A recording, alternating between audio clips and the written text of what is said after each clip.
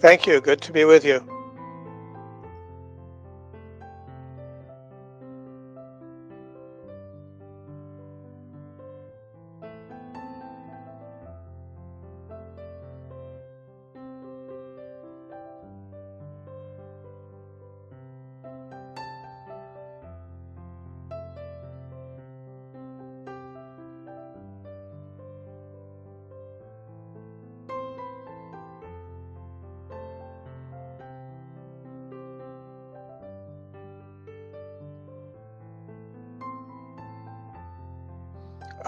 Mostly, I just publish articles, and the website where I do it is https:// boosty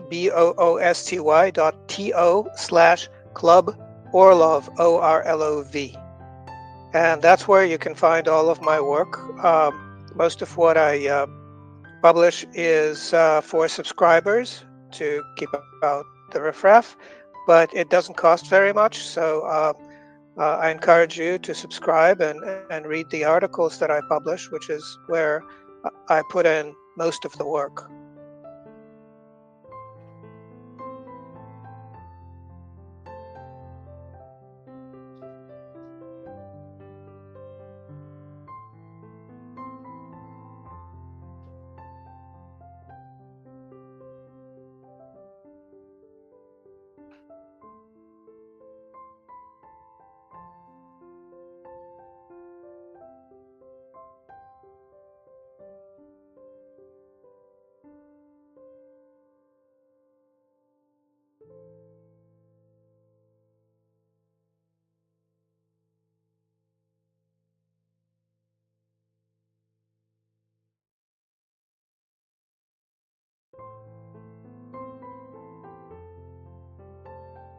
Well, look, none of the people that Russia is supposed to be negotiating with are agreement capable as far as Russia is concerned.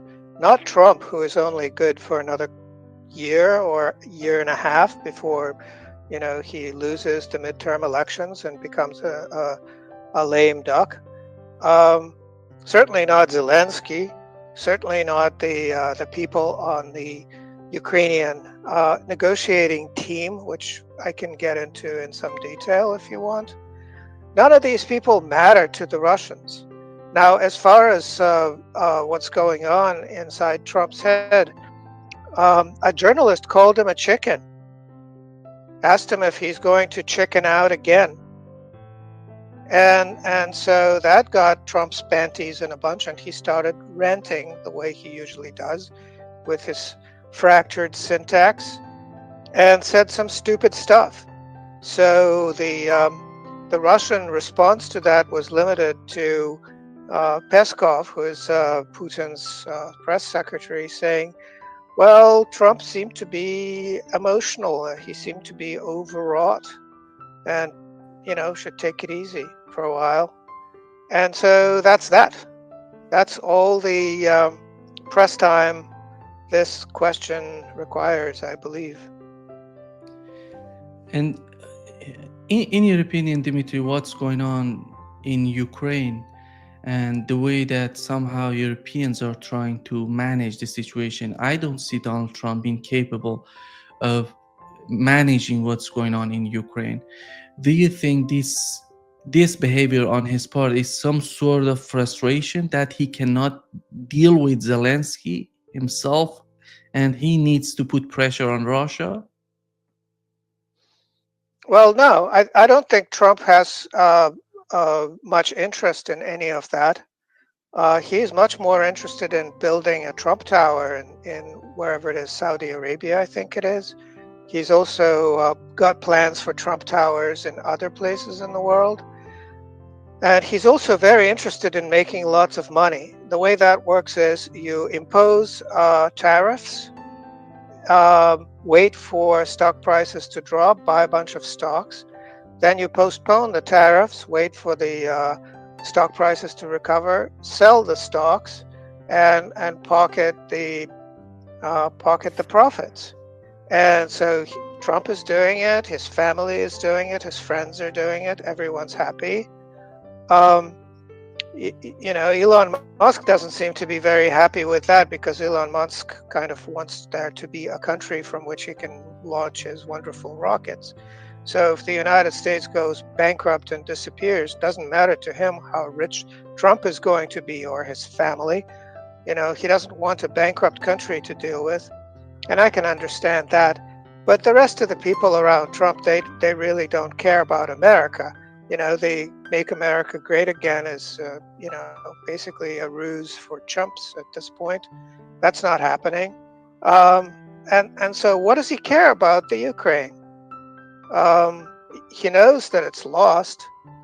He all he's trying to do maybe is postpone the reputational damage. He's trying to figure out a way to not get blamed for, who lost Ukraine. He wants it to be Biden's problem. He hasn't quite figured out how to make it Biden's problem for real, because there was no Biden, and he can't quite find a way to prove that the Trump Politburo in the White House is any different from the Biden Politburo in the White House. Everybody is beginning to, who thinks about it, is beginning to realize that it really doesn't matter who the U.S. president is. The Politburo stays the same. And you mentioned Elon Musk, Dimitri, and he just left the administration. He came to the administration to do some sort of changes to reduce the spending on the part of the federal government. And right now he's out of the picture. In his recent interview, he said that the new bill on the part of the government, he said, Donald Trump was mentioning big and beautiful. He said these two words are not coming together. You have it big or beautiful. And what is happening with the concept that gave Elon Musk some sort of opportunity to be part of the administration? Do you think, we know that Elon Musk was not interested in supporting the war in Ukraine, and do you feel that these people, as time goes by and these people are getting somehow out of the administration, the concept of having a peaceful and a cooperative, a somehow compromise and cooperation with the other superpowers is fading away from the administration? Well, first of all, Elon Musk was instrumental in keeping the Ukrainian military alive by providing them with battlefield internet access. If it wasn't for Starlink, the European army would be uncontrollable. And he has never denied them Starlink access. So he is a part of that war. And saying that he's against it or that he's for peace or something like that is, I think is completely ridiculous. Now, the reason he joined Trump's campaign was that he, at some point, decided that the United States was financially worth saving from bankruptcy. National bankruptcy is all but assured for the United States at this point, but he thought that he could try get rid of useless, resource-consuming federal bureaucracy and somehow redeem this federal system, which really doesn't have a chance at this point. But he decided that it is an impossible job. What did he? I think he managed to save something like $150 billion a year from federal expenditure, and then he saw Trump take that money that he saved and give it to the Pentagon. So what good is that? And then Trump is now in favor of a deal with Congress that will basically raise the federal debt by over $3 trillion. They say that it's going to take place over several years, many years, but no, I don't think so. I think it's going to just jump to that amount relatively quickly. So basically, it turned out that Elon Musk didn't really have much to do, so he cut his losses. And then in addition to that, he has kind of a big family and lots of children, and they were getting death threats. just like Donald Trump, just like other people in that cabinet of his are getting death threats. And he probably decided to to try to find out how to make his family safer, because there was clearly nothing that he was achieving as part of the Trump administration. So I think that he's doing fairly reasonable things by washing his hands of the whole mess. Dmitry, is so right now in the Trump administration, do you consider any sort of division when it comes to the conflict in Russia within the Trump administration? Many people are talking about, and I do believe that there is some sort of division, a very important division that is happening right now. On one part, we have Witkoff, who is willing to talk with Russia and understand what is the position on the part of Russians. On the other hand, you see Keith Kellogg, who somehow is on mainstream media everywhere talking about with Europeans. It's somehow the link between the Trump administration and Europeans to talk with them. We have Rubio. How do you find the Trump administration itself, and are they gonna do you see these sort of divisions within the administration? I don't see divisions. I just see a cast of clowns, different characters. So Rubio really wants to have some kind of a political future, right? So he knows that America is the elite, not the country itself, but the ruling elite, is very Russophobic. So he knows that if he speaks in favor of peace with Russia, he's going to lose his political influence. So he's going to kind of understand that Trump wants peace, but on the other hand, he understands that the rest of Washington wants war, even if it's a war they're going to lose. So he's going to balance those things. Now, Kit Kellogg, he's just a senile old fool. I mean, he went out and said, the Kremlin hasn't sent me their memorandum on the peace deal. Who the hell is he to request that memorandum? Is he part of the negotiation? No, he's some clown, that Trump sent there. He has no position. He's not part of the picture, and he can't understand that. Therefore, he's just a senile old clown.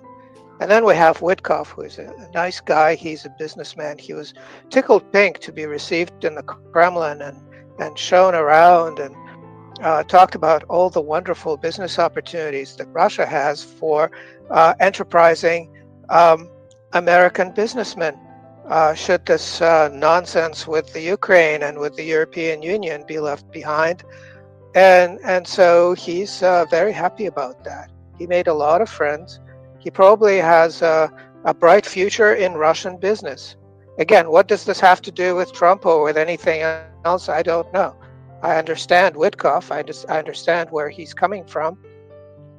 And what a clever guy. He parlayed his, golf relationship with Trump into a conversation with Putin. And that is really something. And he's very happy about that. And I'm happy for him. So that's the team. Now you're talking about divisions. I don't think these people even talk to each other. Seriously. What do they have to say to each other? What does Trump have to say to them if he's not part of the picture either? He's more concerned about building more Trump towers around the world. So that's where it stands. It's a circus. It's an absolute circus. Donald Trump was asked after he posted he tried to attack Vladimir Putin 2 times on his social truth, and he was asked by the press, did he know about what has happened with Vladimir Putin when he was going to the Kursk region? He said he was not that much aware of the drone attack and all of that. Do you feel that Donald Trump, since he took power, is somehow getting isolated from what's going on, considering the conflict in Ukraine? Because before coming to power, he was somehow, when he was talking about the conflict, casualties, everything, he was somehow knowing what's going on there. Right now, it seems that as time goes by, he's totally getting his comments are not connected with the reality of what's going on in Ukraine. Is that all about the information that he's receiving, the time that he doesn't have right now for the alternative media, or is that the problem with the briefings that he's receiving from the intelligence? Well, the problem is that he can't do anything and he's frustrated. He wants out. He wants the Ukraine gone. He doesn't want to hear the word Ukraine ever again. It doesn't matter what happens to the Ukraine, whether it gets nuked or what. He just doesn't want it to exist. He's sick of it. He can't pay attention to all the stuff about Ukraine. It just makes him mad. And I perfectly understand it. He's surrounded by people who are treating the Ukraine as important. And the fact is, it's only important to Russia. And these people you've mentioned, you're talking about just his administration, or he's receiving a lot of pressure from Europe, from the European countries? Well, both. There's basically, a gravy train that these people have been riding, the gravy train to Kiev and back. All of these billions and billions that got sent to the Ukraine, a lot of that money got laundered and has been used to line the pockets of everybody in Washington, everybody in the European Union, and they want that money to continue. Trump is trying to deprive a lot of corrupt officials of their income, of their ill-gotten gains. Of course, that's not very popular at all. I'm surprised he's still alive. These people have killed people for less money than that. So, I understand his frustration. And how is that going to influence the process of negotiations? We know that we had Zelensky and Ukrainian team in Istanbul talking with the Russians, and it seems that there would be a new round of negotiations between the two parties. Looking at what's going on in Ukraine, it's somehow simplistic. It's somehow you have to be so much naive to think that Ukraine is asking for any sort of agreement. They want Crimea, not only the eastern part of Ukraine, but they want the Crimea back. And these things are not gonna. These pictures, the picture on the part of Russians and the picture on the part of Ukrainians, are not even compatible. They're not coming together. How is that going to help Donald Trump? He said that he's gonna be out of the scene. He's gonna let Russians and Ukrainians talk to each other. Is that gonna help him? Well, I think the negotiations are sort of useful because at some point somebody on the Ukrainian side will have to sign the articles of surrender when Russia wins. So it's useful to keep channels of communication open with some official who can sign those articles of surrender and then maybe get hung. That's what happened after Nuremberg at the end of World War II. The people who signed the articles of surrender on behalf of Nazi Germany were then tried at Nuremberg and hung. They were executed. So maybe that's the bright future for these negotiators on the Ukrainian side. As far as achieving an actual agreement, well, here's an interesting fact. Vladimir Medinsky, who is the head of the Russian delegation, received death threats not just against him, but against his family members, against his children, from some Ukrainians.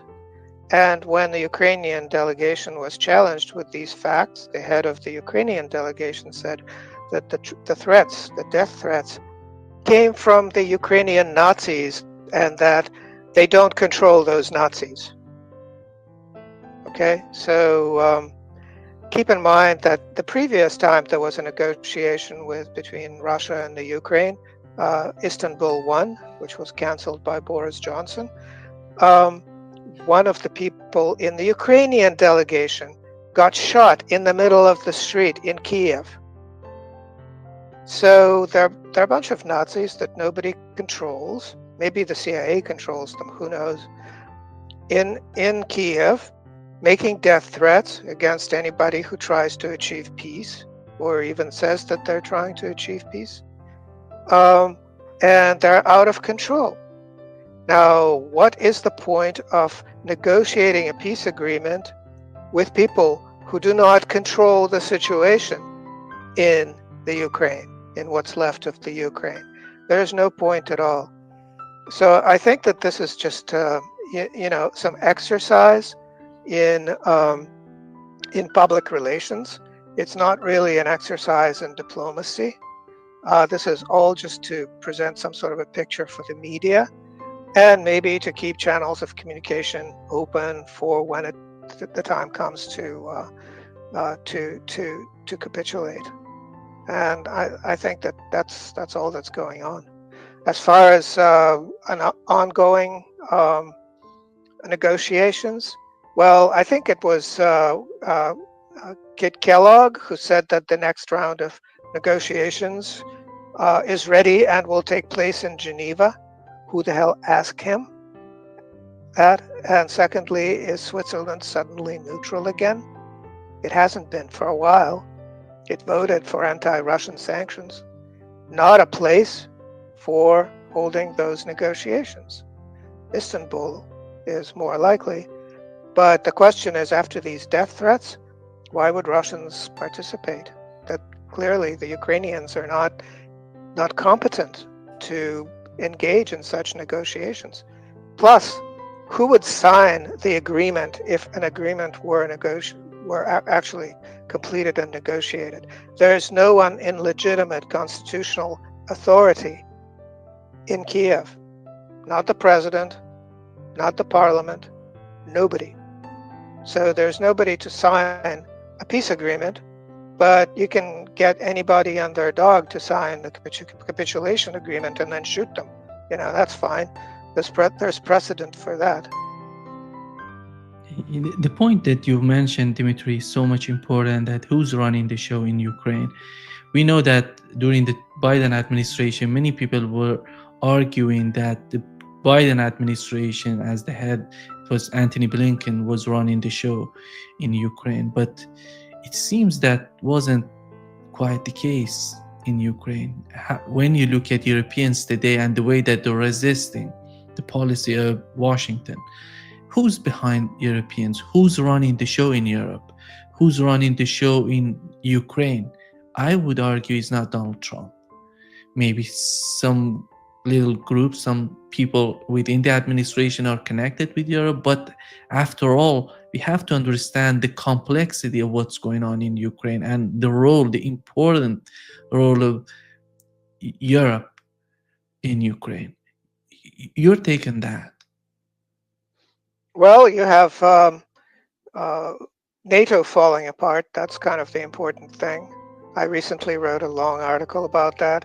But NATO is quickly disappearing. So you have two different military alliances taking place, forming in the Balkans.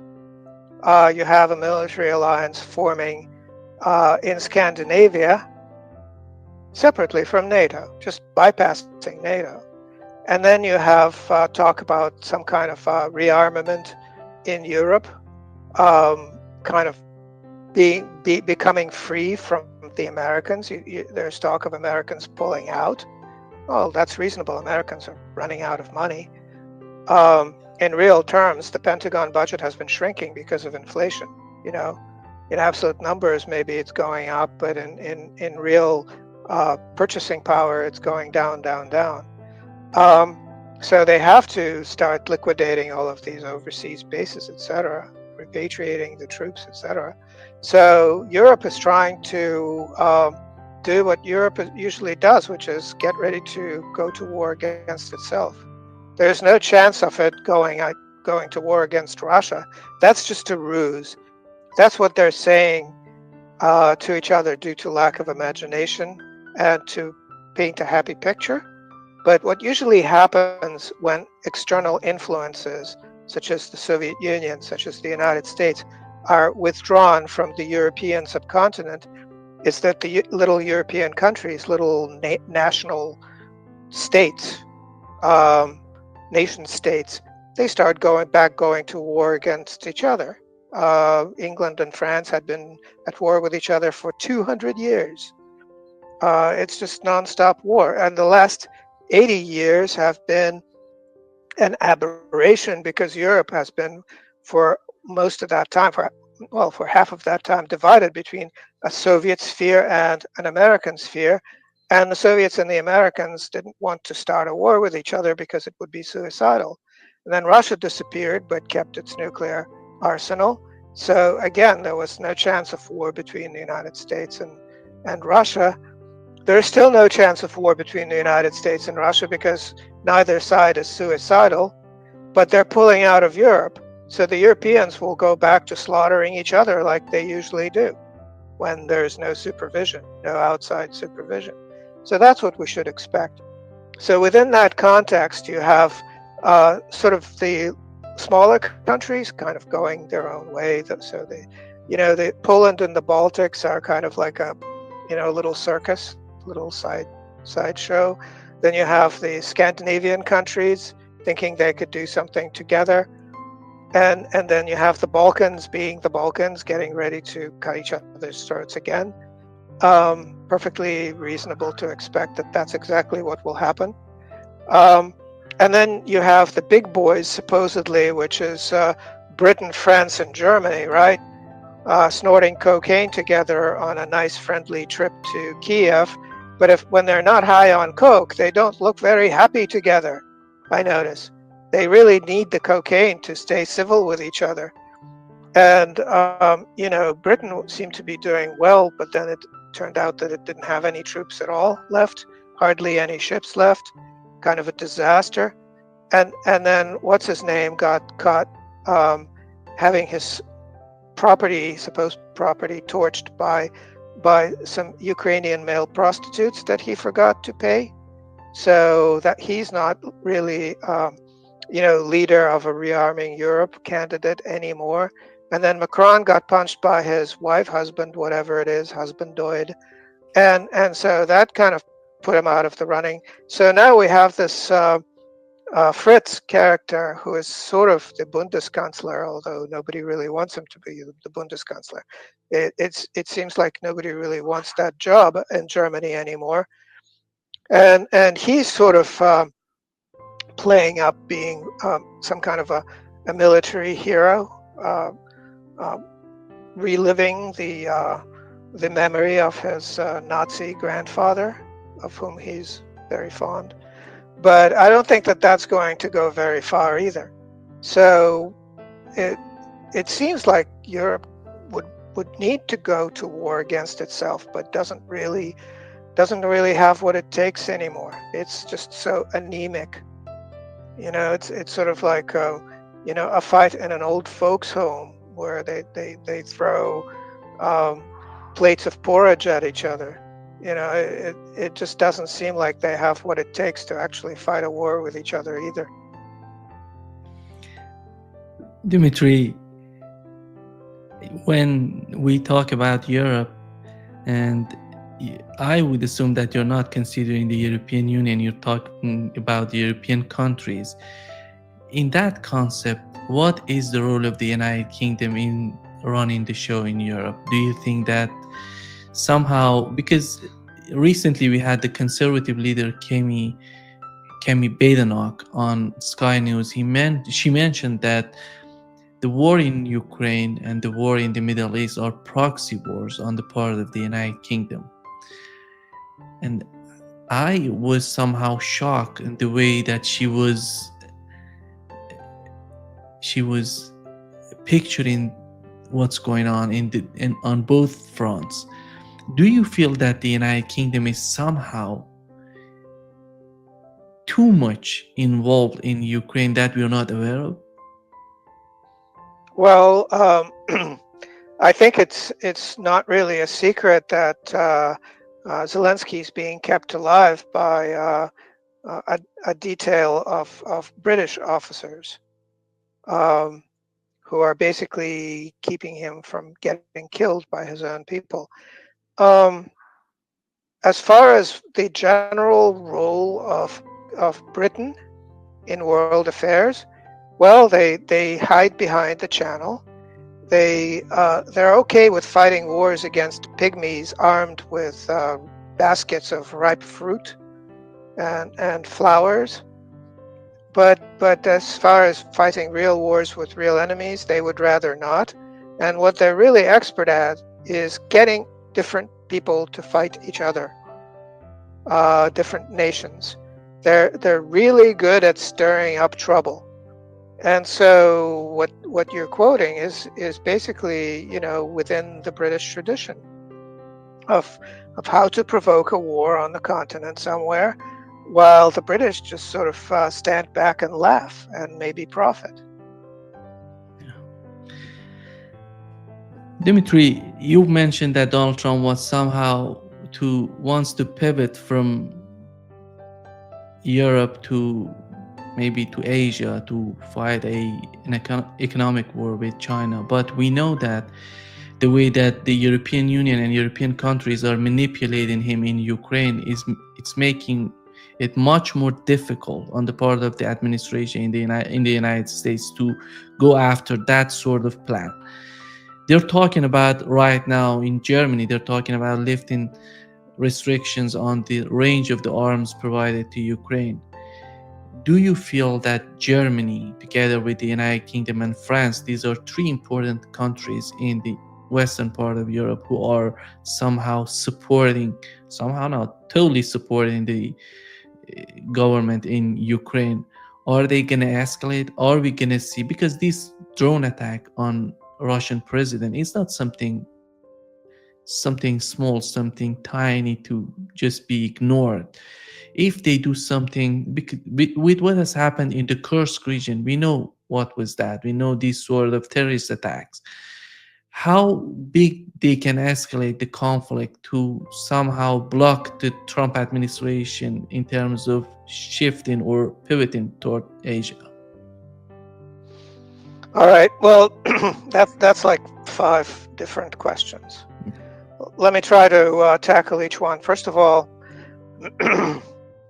the drone attack on Putin's presidential helicopter.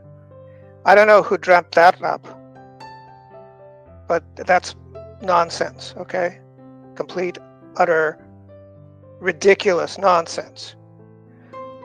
The drones that the Ukrainians send into Russia basically blow up schools, hospitals, and churches, and some apartment buildings. 90% of them are shot down. There's no Ukrainian drone that can fly into another region and attack a helicopter, especially a presidential helicopter. That's just preposterous, okay? Now, the fact is that there was some Ukrainian military action, drone action taking place in a region where the presidential helicopter was. Well, la-di-da. Was it in any danger? I don't think so. If it wasn't any danger, it wouldn't have flown there, because there are people whose job it is to make sure that the president remains in no danger. Okay? Now, in terms of these drone attacks, Ukrainian drone attacks on Russia, well, that's just terrorism, first of all. They can't attack military targets because they're too well defended, so they don't even try. They try to bomb gas stations sometimes because that makes good news footage in case somebody shoots a picture and uploads it. They can show a big kaboom, and that makes them happy. In terms of actually achieving any strategic aims, it doesn't achieve anything for the Ukraine. It doesn't make the inevitable defeat of the Ukrainian army any different than it would otherwise be. But it's provoking a Russian reaction. So the Russians decided, why shoot down individual drone aircraft when we can shoot down the factories that make them and the container ship that supplied parts for them that was docked in Odessa, which is what the Russians did. Now, they did that bombing run at night when there weren't any workers in those factories, because those are Ukrainian workers and Ukrainians are Russians. And when the war is over, those workers might go to work at a Russian drone factory, building drones for attacking actual enemies of Russia. So why kill them? They're useful. And so very few people got killed, and that was accidental. That was not intended. The attacks were on ships and industrial zones, and that was just a way of cutting the expenses, because uh, anti-aircraft missiles and etc. are expensive, and why not blow up an entire factory instead? That's just cost efficient. Now, in terms of escalation, you asked whether there might be some sort of escalation in the Ukraine. Well, it bears pointing out that there was no escalation when there was a chance that the Ukraine might not lose. There is no chance now that the Ukraine might not lose. All the Ukrainian army is doing now is static warfare. They send in people to hold positions in trenches and dugouts for the Russians to bomb and take over. And the Russians do it slowly, carefully, ponderously, not in any sort of rush, because really the longer it takes, the better it is for Russia. There is no rush at all. And so there's no reason to expect that this situation will change, except at some point the Ukrainian front will crumble. Because for how long can people just go into trenches and get blown up? There's already 400,000 Ukrainian troops missing. Nobody knows where they are. They might be dead, or they may have walked away. They send people to the front and they surrender to the Russians, or they filter through to the Russian side one by one and surrender. Sometimes they surrender, entire formations surrender. The problem there is that when they try to surrender, they're attacked by the Ukrainian side, which tries to kill them. So that's keeping people from surrendering as much as they would. But at some point, most of the Ukrainian military will just decide to go over to the Russian side, and there will be nothing to stop them. And then they might pick up some new weapons and some new flags and go to march on Kiev, which would be wonderful, because to really end this conflict requires a civil war in the Ukraine. So that's the thing we expect. So the other part is why, is the Ukrainian conflict preventing Trump from starting a war with China? Oh my God. Okay, so cockroaches in the White House are preventing Americans from flying to the moon. That's kind of like the relative scale of these things. I mean, there's the Ukraine. It's a static conflict. The Russians are going to win. Everybody knows it. It might take a year. It might take two. Nobody cares how long it takes. It's a foregone conclusion, right? On the other hand, you have the United States and China, and the people who mostly don't want to go to war against China are people in the Pentagon who know that without Chinese imported parts, the US military is dead in the water, because they don't make their own stuff anymore. There's no industry in the United States that can keep the military-industrial complex going. They depend on China. So China without the United States would do just fine. It would cut maybe 2.5 percentage points off its GDP growth for a year. If it doesn't find new markets for its products, which it probably will, it might not make as much of a profit on the exports, but I think it would do just fine. And the United States would just be dead. The United States, Walmart is the biggest retailer in the United States. Something like 85-90% of everything on Walmart shelves is stickered "Made in China." So basically, well, already the head of Walmart went to talk to Trump and say, look, if we lose the China trade, we're dead. And what do we do? And Trump told them to not raise their prices, which is wonderful. Don't raise prices on Chinese stuff. So that's Trump's solution to the whole problem. So the idea that there's going to be a war between the United States and China is basically the same as predicting that there's going to be a war between the United States and I don't know, the Andromeda Galaxy. You know, it's attacking the Milky Way. Yeah. The two galaxies are colliding. So we should do something about that.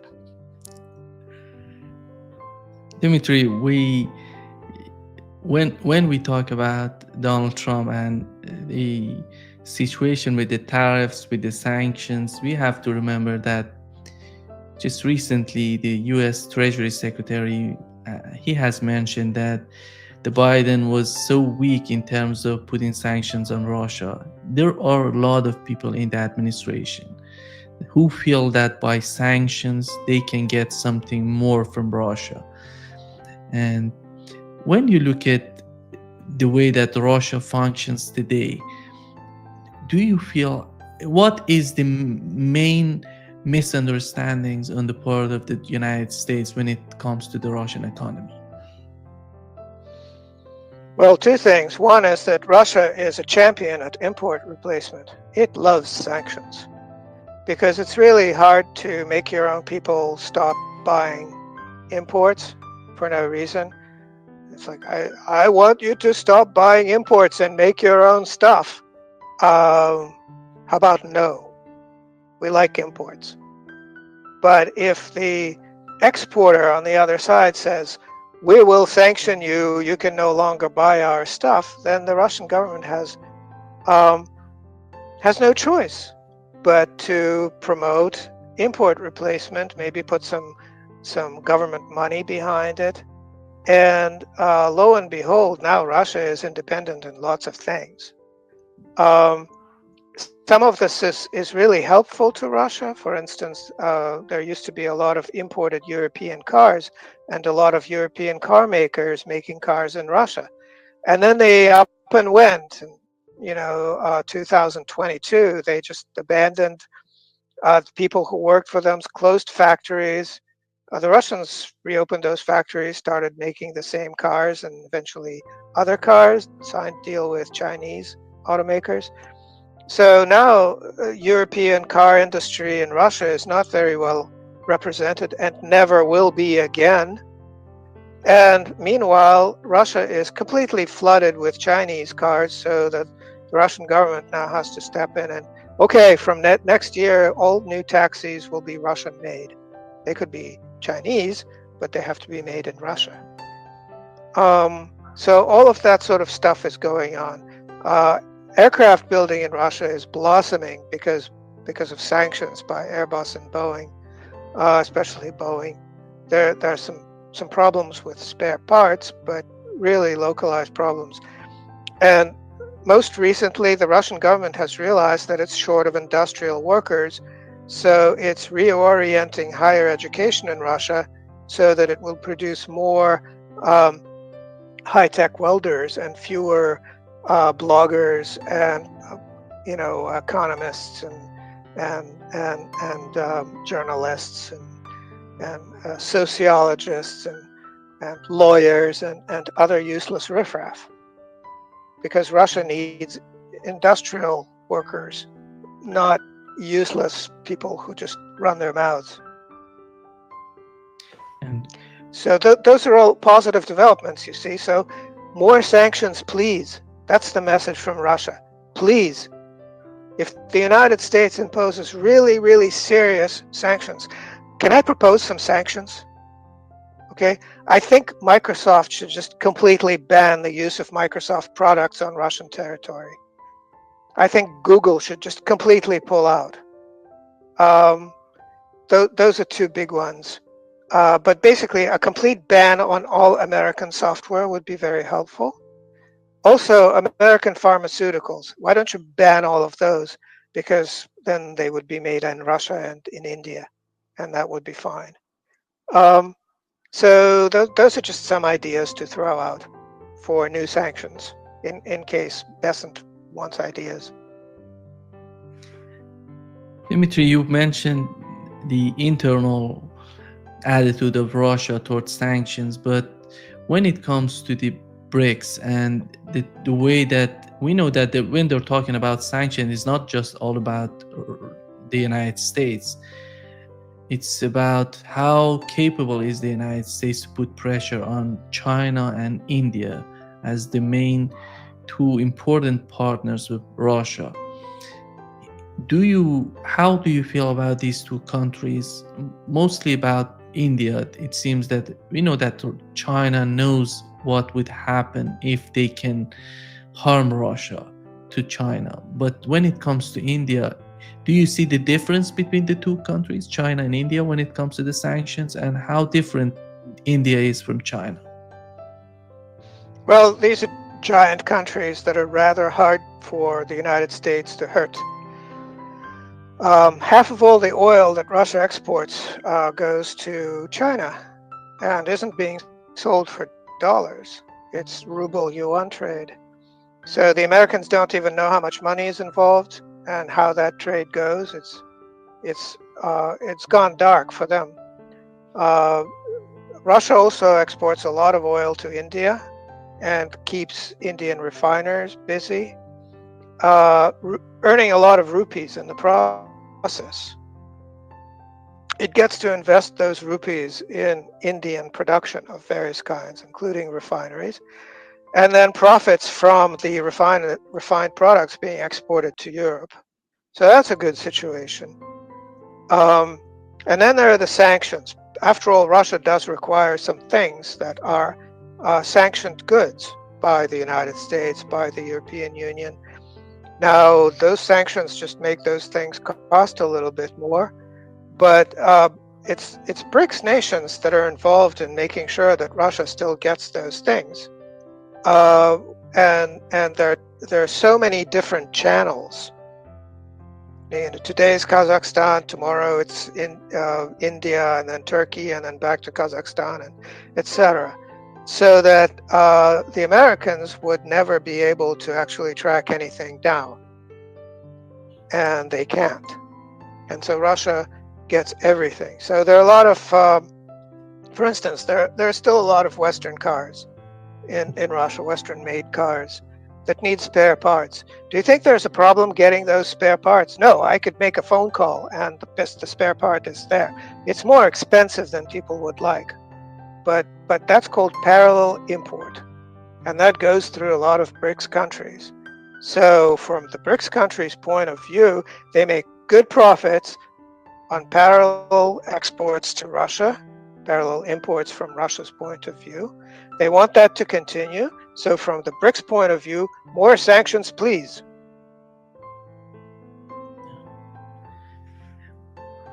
If we assume that the war in Ukraine is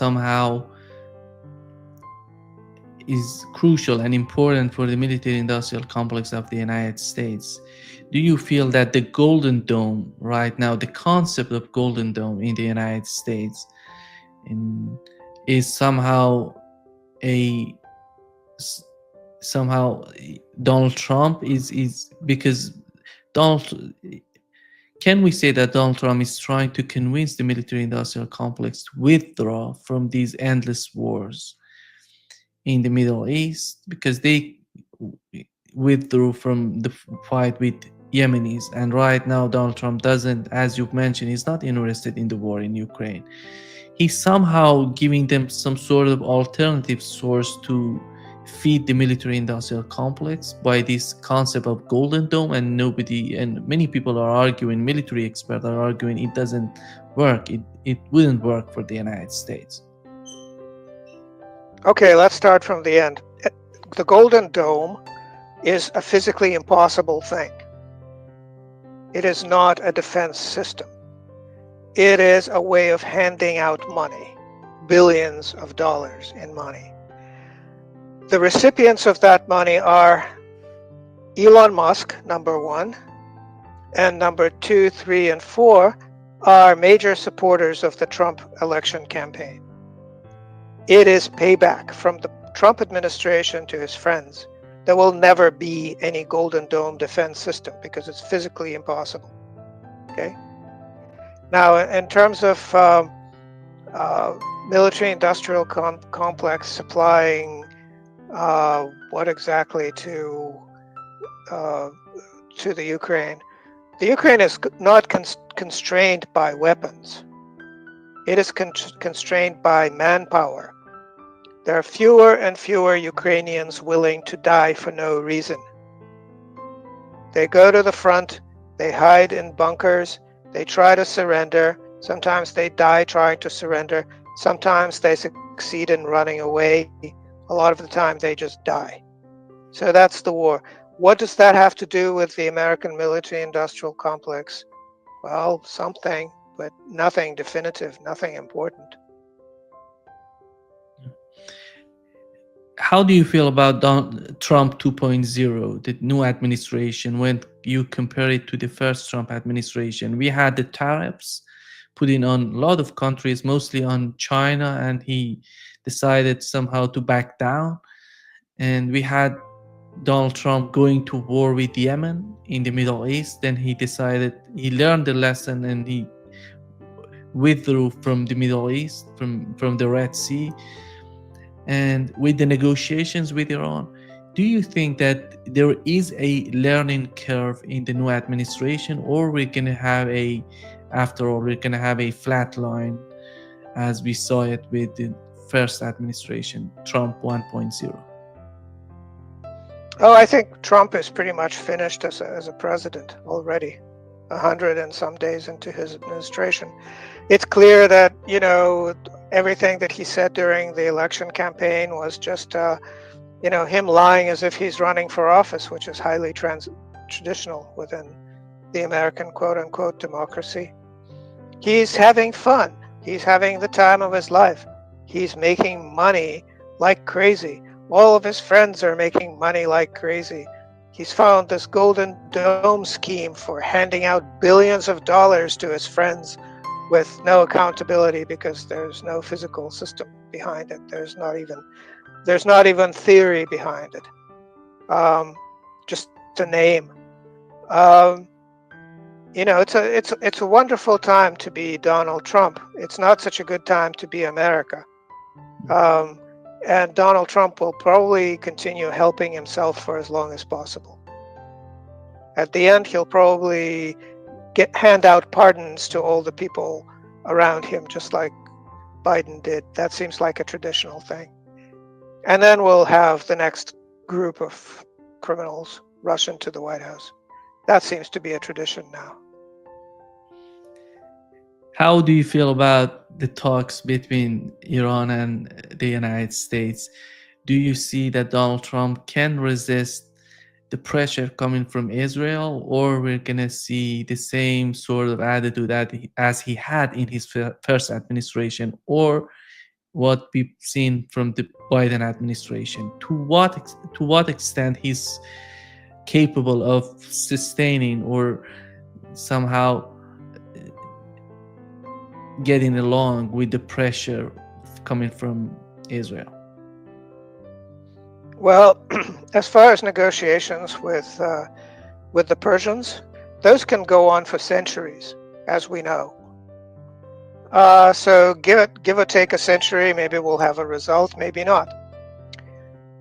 As far as Israel, I think it's more of a personal thing. I think that Trump basically hates Netanyahu at this point, really, really hates him, and doesn't want to see him. So he flew to the Middle East. He didn't go to Israel. He didn't talk to the Israelis. He didn't invite Israelis.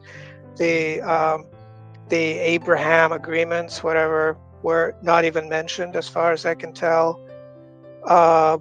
He was really talking about,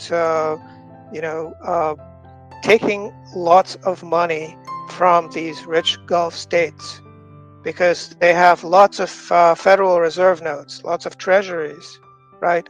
They want to dump those because the dollar is going down, down, down.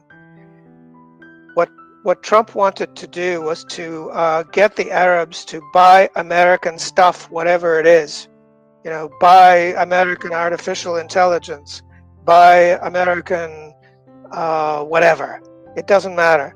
Just so long as there's something American to soak up all that money, because otherwise the dollar would just continue dropping.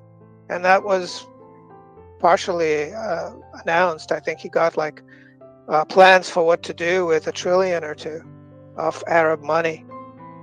But the dollar is still sinking, so maybe it isn't working. As far as war, again, Trump is not about war. Trump is about money. He's a businessman. So he understands that, he has to sell stuff to the Arabs. I think he sold them a Trump Tower, maybe 2. That's a big deal for him. As far as war with Yemen, well, the way that went is it's a huge humiliation for the United States, so they're trying not to talk about it. The deal is, okay, Yemenis, we'll stop bombing you if you stop sinking our ships. Is that okay? And the Yemenis are like, yeah, okay, we actually don't care. We care about stopping the flow of goods to Israel.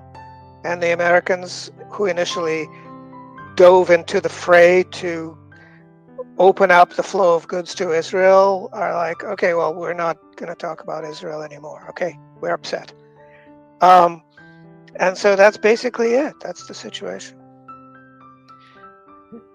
Dmitry, from what we've seen in the Middle East, you've mentioned the latest visit of Donald Trump to the Arab states.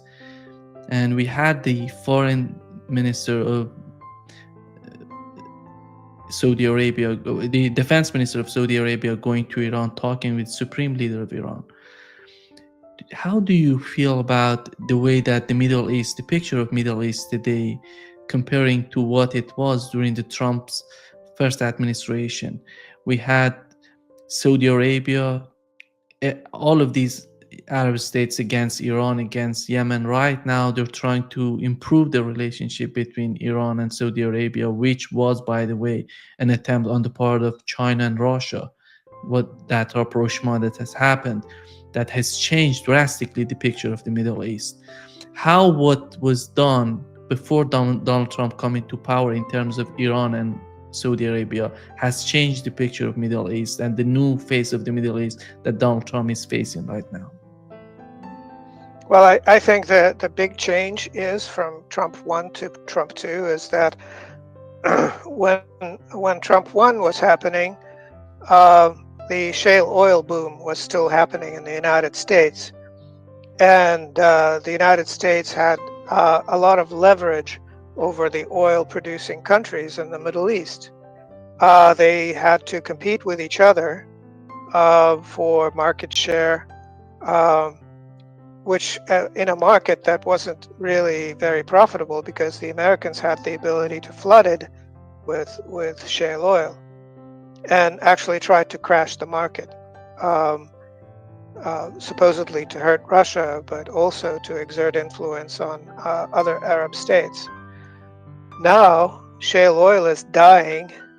It's not growing, it's not shrinking, but it's not profitable either.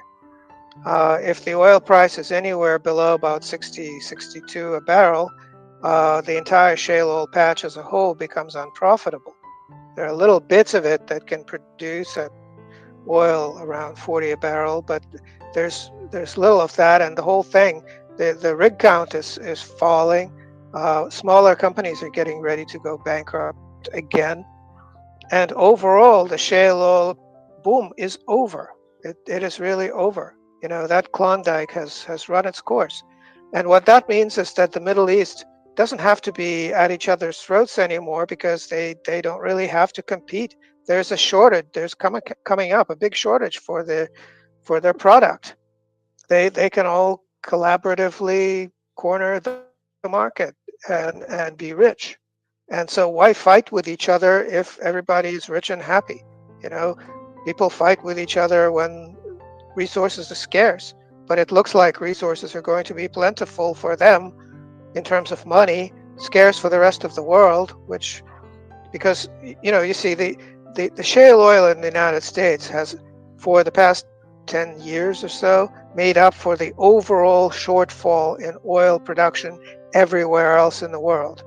The decline rate hasn't gone anywhere, but it has been made up for temporarily by shale oil from the United States.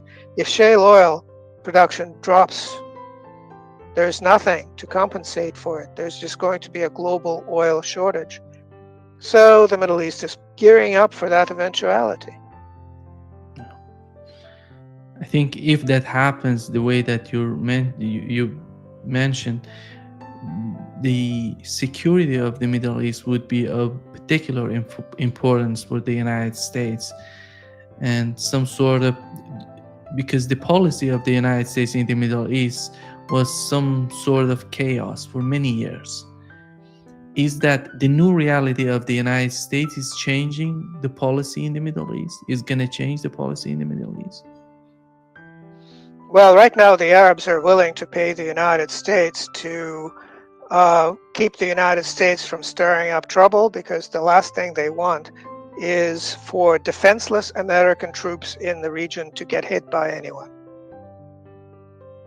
And so that is kind of like the really odd the really odd leverage that the United States has on Gulf states, because it has American hostages there, and it's a dumb position to be in. Pay us money or our soldiers will get hurt, and as a result of that, you will get hurt too. That's a preposterous sort of situation, but that is the best bargain that the Americans are capable of driving at the moment, it seems. Yeah. Thank you so much, Dmitry, for being with us today. It was all Thank you. fine. And let us know how we can follow your work. Okay, well, go to https://boosty, BOOSTY.TO stands for the island of Tonga, where I don't live, /Club Orlov, Club ORLOV, and read everything that I actually publish, because I don't really like to talk into the camera that much. I prefer to write. Thank you so much, Dmitry, for being with us today. Great pleasure as always. Thank you. Thank you.